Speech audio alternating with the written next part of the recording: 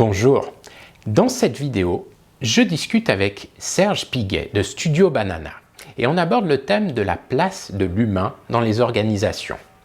Vous verrez, Serge a une approche très pragmatique, très proche de ses collaborateurs et avec une forte orientation sur la réponse aux besoins du client.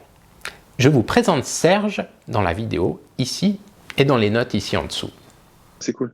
Ouais, j'ai reçu et j'ai pris du temps et du plaisir à regarder ton mail et à réfléchir un petit peu aux différents éléments. Euh, j'ai trouvé intéressant en fait le point de vue et les réflexions que tu poses. Ah oui, Euh, merci. ouais, non, mais parce que ça permet de même presque de sauter un peu dans le vif du sujet, mais parce que cette question de la souplesse, de la volonté, en fait, de la volonté de souplesse des organisations, moi, je la remets beaucoup en question, en fait. Je suis pas certain que les entreprises cherchent à être plus souples. Je pense que les entreprises ont un objectif plus trivial à la base, qui est celui de gagner de l'argent, qu'il n'a pas spécialement changé, au fait, ces derniers temps. Et que, ils doivent prendre en compte des éléments nouveaux qu'ils n'avaient pas au début, au fait. Notamment l'aspect de l'humain dedans, parce que c'est vrai, je suis assez d'accord avec ce que tu soulevais dans le mail. Je pense que les aspects de l'humain tout d'un coup prennent une place plus importante. On réalise qu'on peut pas simplement en fait exploiter la main d'œuvre comme une sorte de ressource qui est périssable et puis qui disparaît au bout d'un moment. Donc on est obligé de changer ce point de vue-là. Je dirais, je sais pas. Moi, personnellement, je pense que ça fait à peu près une vingtaine d'années que c'est un courant qui est en train qui naît. Peut-être ça fait même plus longtemps. Mais ma prise de conscience, je dirais qu'elle se ferait plutôt sur cette période-là. Donc, premier élément qu'il devrait reprendre en considération, c'est le fait que l'humain fait partie du processus en fait, nécessaire à la création de biens et donc du coup à la création de valeur. Et l'autre élément, c'est que le client change de plus en plus vite. Et je pense pas, c'est ce que je voulais dire au début quand je dis je pense pas que les organisations cherchent à être plus souples. Je pense qu'elles sont obligées d'être plus souples. C'est pas une volonté, c'est pas une motivation intrinsèque de dire j'aimerais être plus souple. J'ai plutôt le sentiment que toute structure et organisme cherche plutôt à avoir une cadence et cherche plutôt à trouver une certaine stabilité. Et très souvent, on fait une stabilité versus souplesse, surtout en Occident, où c'est très fort. En Orient, cette notion de stabilité et de souplesse est pas perçue de la même manière, mais en Occident, c'est très fort, ces deux éléments. Donc, par définition, l'organisme cherche plutôt à se stabiliser, peut-être des fois à se rigidifier. La souplesse, elle est imposée, et la souplesse, par définition, elle nécessite de lâcher le contrôle sur certains éléments, de se détendre sur certains points qui n'étaient initialement pas le cas, en fait. On contrôlait beaucoup les choses, on contrôlait beaucoup les humains, les chiffres, le planning, le résultat.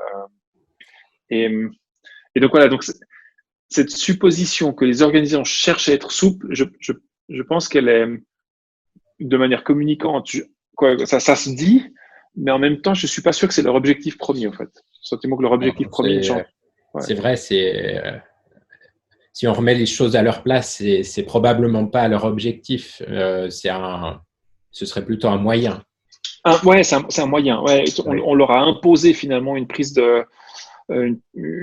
en considération de leur personnel et des besoins humains, du changement constant des clients. Et donc, du coup, maintenant, on est obligé de prendre ça en considération. On va faire avec, quoi.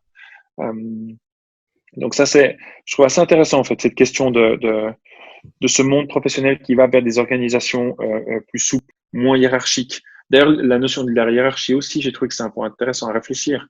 Je suis pas certain comme on continuera à conduire cette notion du sans hiérarchie tout le temps, en fait. Ça s'applique peut-être pas tout le temps.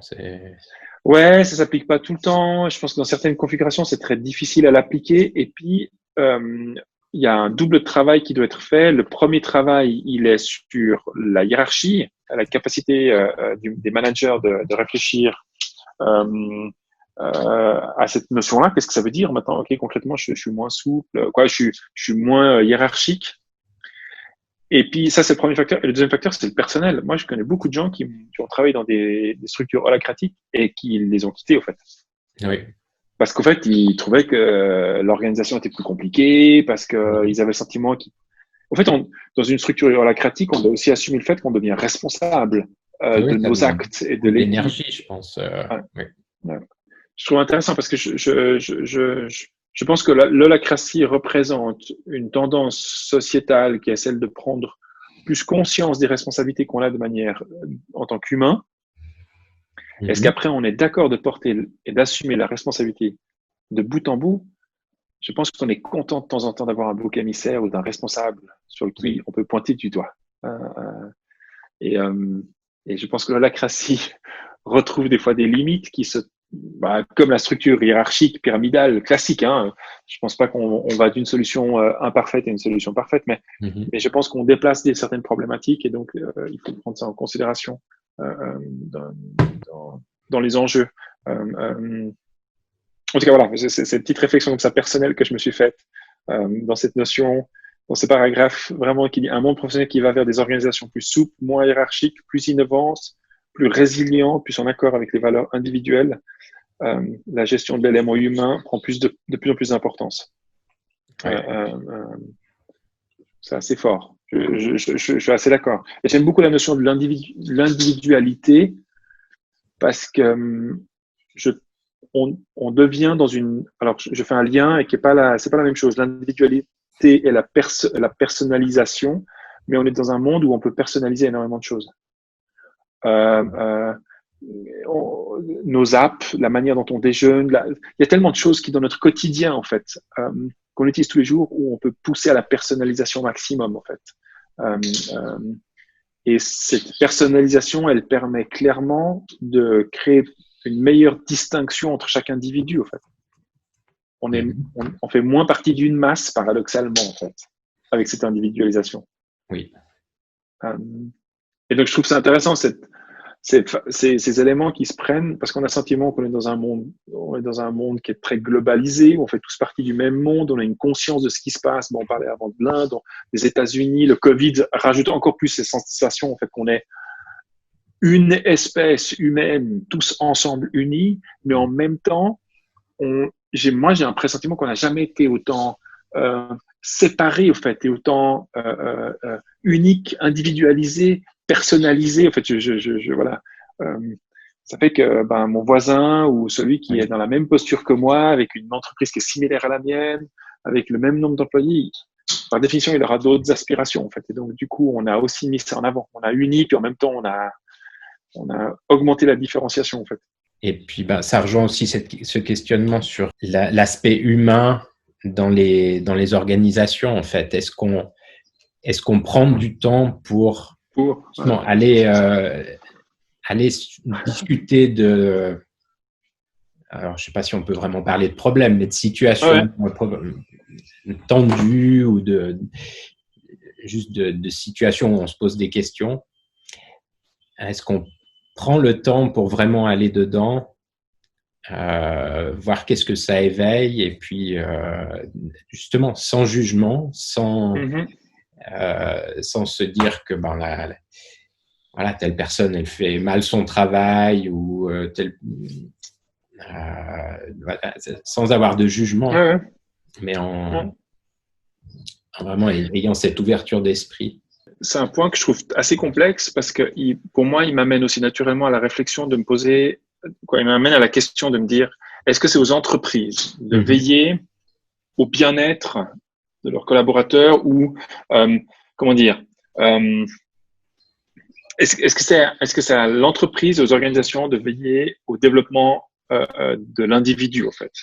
Et ça, je trouve que c'est assez complexe et c'est un débat, je pense, qui existe depuis longtemps et qui, moi, peut-être pas autant que ça, parce que finalement, l'importance de l'humain, je pense pas qu'il est là depuis très longtemps au niveau de développement personnel, etc. Mais je trouve que ça ouvre un débat qui est très intéressant parce que foncièrement, je ne pense pas que c'est à l'entreprise de veiller au développement intérieur de l'individu.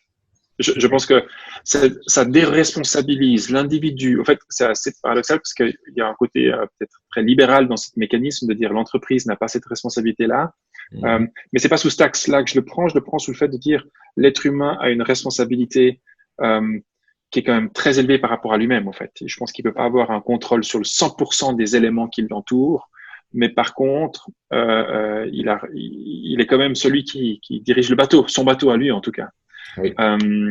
Alors, ça rend la chose très complexe. Évidemment, quand on a un organisme ou une organisation, ou une entreprise qui dysfonctionne, comment est-ce qu'un individu peut s'épanouir dans une entreprise qui dysfonctionne jusqu'à quel point l'entreprise est d'accord d'engager du temps et de l'énergie et de l'argent pour creuser le problème jusqu'au fond, c'est ce qu'on disait avant, prendre le temps d'aller chercher et comprendre la problématique, pour pouvoir résoudre ça, en fait, en sachant, et ça c'est souvent un effet qui est assez complexe, c'est que moi ce que j'observe dans les entreprises, c'est quand on tire un côté, je prends un aspect ici, et ben ça va tout d'un coup avoir un écho ici, en fait. Et donc du coup, la grande crainte qui se pose, et c'est une crainte qui est légitime chez beaucoup de dirigeants, c'est de dire, mais attends, moi, j'ai passé beaucoup de temps pour résoudre la problématique ou un dysfonctionnement dans mon entreprise. Qu'est-ce que ça va susciter d'autre, au fait? Comment est-ce que je peux diminuer le risque à ce niveau-là? Et c'est très difficile de diminuer le risque quand on parle d'humain, en fait, de manière générale. Donc, est-ce que c'est à l'entreprise de porter cette responsabilité-là? Oui, je pense qu'elle a une responsabilité du bien-être de ses collaborateurs. Ça, oui. Mais je pense pas que c'est à elle de définir le développement intérieur ou le développement personnel de l'individu, en fait. Elle n'a pas cette légitimité-là, en fait. Elle n'a pas ce droit, entre guillemets, de rentrer là-dedans. Ouais, c'était une des questions que j'avais là, justement. Est-ce souhaitable d'entrer dans des schémas comme ça? Mais c'était pour faire le lien avec ce que tu disais au début, là, je me demande si l'entreprise ou l'organisation n'a pas, dans quelle mesure l'entreprise ou l'organisation a un fort intérêt à justement créer un environnement qui est dans lequel alors, est-ce qu'on parle d'épanouissement des collaborateurs ou en tout cas dans lequel il y a la place pour ça. Il y a la place pour aborder ces aspects-là. Ouais, mais c'est délicat. Moi, je pense rien qu'à la boîte aujourd'hui que je dirige. Je dois prendre en considération la dynamique de groupe et de me dire, en fait, finalement, je peux pas prendre un individu avec son besoin spécifique. Donc, c'est le premier élément. Et le deuxième élément, c'est que la somme de tous les individus que j'ai finalement dans mon organisation n'est pas égale aux personnes additionnées, au fait. J'obtiens une sorte de un xème individu qui est le groupe, au fait. Et le groupe tend à une direction différente que si je prenais chaque individu séparément. Donc, c'est difficile pour une entreprise. Je pense l'entreprise a une responsabilité de veiller à la cohésion du groupe et au bien-être basique de chaque individu, mais elle ne peut pas elle n'a pas pour mission le développement intérieur ou le développement personnel de chaque individu. Sinon, en fait, je pense que surtout dans les entreprises qui sont très orientées design thinking ou qui ont cette méthodologie dedans, on se retrouverait dans un sorte de tiraillement où c'est comme si le médecin dirait mais moi j'aimerais qu'on me soigne, en fait. Je pense que de dire tout d'un coup, voilà, on peut prendre cette métaphore-là, de dire qu'un hôpital doit prendre soin de ses médecins, je pense que c'est basique. Je pense qu'il doit y avoir un cadre de travail qui permet finalement que le médecin fasse son job correctement. Est-ce que c'est à l'hôpital de soigner le médecin? Ça, je suis pas certain. Et pourtant, la mission du médecin, elle est de soigner. Donc je pense qu'il y a cet enjeu qui est pas évident. En tout cas, chez nous, par exemple, pour le studio, c'est clairement une orientation qu'on prend, qui est de dire, on se focalise sur nos clients. C'est nos clients qui ont finalement la priorité. On est là pour nos clients. Ça ne nous empêche pas de veiller au bien-être de base, finalement, comme que chacun puisse travailler ensemble, alors en termes d'outils, en termes de mise en place, en termes de communication et de structure. Mais on peut pas veiller au bien-être personnel de chacun pour son développement personnel et individuel, etc. Je pense qu'il y a une responsabilité qui est portée à l'individu. Ouais, alors la notion de développement personnel ou d'épanouissement intérieur, c'est peut-être beaucoup, mais si on ramène vraiment ça à justement comment est-ce qu'on fait en sorte que le groupe travaille en cohésion et puis que au final l'organisation fonctionne et puis crée de la valeur. Qu'est-ce qui, selon toi, est vraiment crucial pour arriver à ça, à cette cohésion, à une harmonie dans le groupe Je la trouve intéressant parce que, ouais, il y a un point d'équilibre pour moi dans chaque organisme, dans chaque organisation, qui est, qui est d'un côté la capacité de l'individu, en fait, de rencontrer les besoins de l'individu et de pouvoir veiller au bien-être du client. En fait, si je cherche trop à me focaliser, si je focalise trop sur mes collaborateurs, euh, on perd de vue la mission globale, qui est de dire l'entreprise et l'organisme est là pour ses clients. En fait. Si je me focalise trop sur mes clients et sur le moindre désirata de mes clients, je perds de vue finalement la valeur que chaque individu a. Donc il y a un point d'équilibre à trouver pour moi, en tout cas dans ma compréhension, qui est jusqu'à quel point est-ce que je peux donner du poids finalement à mes collaborateurs et à leurs besoins, tout en maintenant finalement un équilibre avec ce que mes clients ont besoin pour que le travail et la valeur soient là en fait. Alors vraiment pour être très concret, dans mon quotidien et dans mon hebdomadaire, il y a une grande partie qui est liée à écouter mes collaborateurs et à comprendre les points de tension où ils sont. Il y en a certains sur lesquels je peux agir, il y en a d'autres sur lesquels je suis simplement spectateur et je dois très simplement juste les reconnaître et j'ai pas d'autre rôle à jouer dedans. Et il y en a certains où vraiment je dois me mettre en action. En fait, j'ai une décision à prendre, voilà, tout ça à mettre en place. Donc ça c'est une grande partie de mon temps. Mais régulièrement, j'ai le discours avec les collaborateurs, autant dans les entretiens individuels que de groupe, de leur rappeler en fin de compte pourquoi on est là. En fait, c'est quoi notre mission? Quelle est la raison qui a amené chaque individu, chaque personne, chaque compétence à rejoindre le studio, et de leur dire, mais voilà, c'est parce qu'on veut remplir cette mission-là, en fait. Mais je sais, j'ai 2-3 connaissances avec qui je parle qui me disent que des fois, ils trouvent que je suis peut-être trop philosophique, mais je trouve que c'est important de nuancer les discours de management et de leadership parce qu'on a créé beaucoup de biais, en fait, dans les années passées, en prenant des exemples comme Richard Branson et en interprétant de manière un pour un tout ce qu'il dit dans son livre et on se dit, OK, bon, à partir de maintenant, la priorité absolue par-dessus tout, 24 heures sur 24, c'est mon client. Voilà. Et ça a créé beaucoup de biais, en fait. Ça a créé beaucoup de frustration. Ça a créé des méthodologies qui sont des très bonnes méthodologies, mais qui ont été mal appliquées. Et puis, qui se sont retrouvées très critiquées, voire même complètement jetées à la poubelle. Et puis, ça, c'est un peu le problème quand on adapte de manière un peu trop basique les choses, je trouve, à ce stade-là.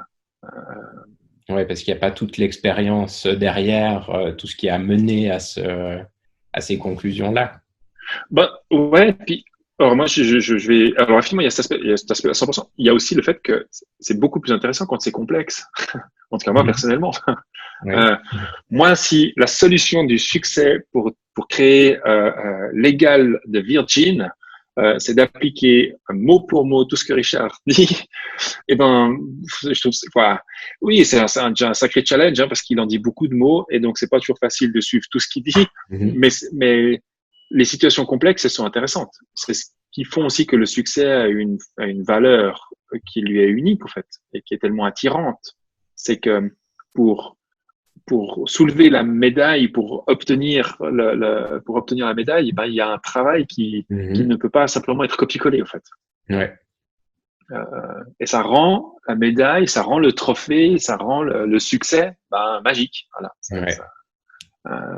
Un peu incompréhensible, des fois. Ah oui, c'est un peu. Donc c'est cette notion d'équilibre pour moi, c'est un peu c'est ma vision personnelle. Elle paraît très, ça paraît très basique et très bateau, mais en même temps, moi je réalise que c'est ce qui est le plus complexe dans le quotidien. C'est cet équilibre. C'est de rechercher ce point finalement. C'est très fragile. Ça se décortique pas de manière comme ça brute. Et ça veut dire aussi qu'on se trompe. Souvent, moi, je sais que je me trompe très souvent, en fait. J'interprète des situations et puis je suis moi-même pas très aligné et donc du coup, mon interprétation porte à une conclusion qui n'est pas la bonne et donc je mets en place une stratégie qui n'est pas adaptée et donc voilà. Voilà. Si vous avez des questions ou des remarques par rapport à ce qu'on a abordé dans cette vidéo, vous pouvez nous laisser un commentaire ici en dessous. Et il y a 2 autres vidéos de cette discussion. L'une sur l'attitude par rapport aux erreurs et l'autre sur ce que Serge amène réellement aux clients en termes de réflexion et de changement de perspective. Vous les trouverez dans la playlist Interview. Merci beaucoup d'avoir regardé cette vidéo. Et maintenant, abonnez-vous à ma chaîne YouTube. C'est le petit bouton rouge ici en dessous. Et partagez ces vidéos sur les réseaux sociaux. Passez une très bonne journée. À très bientôt.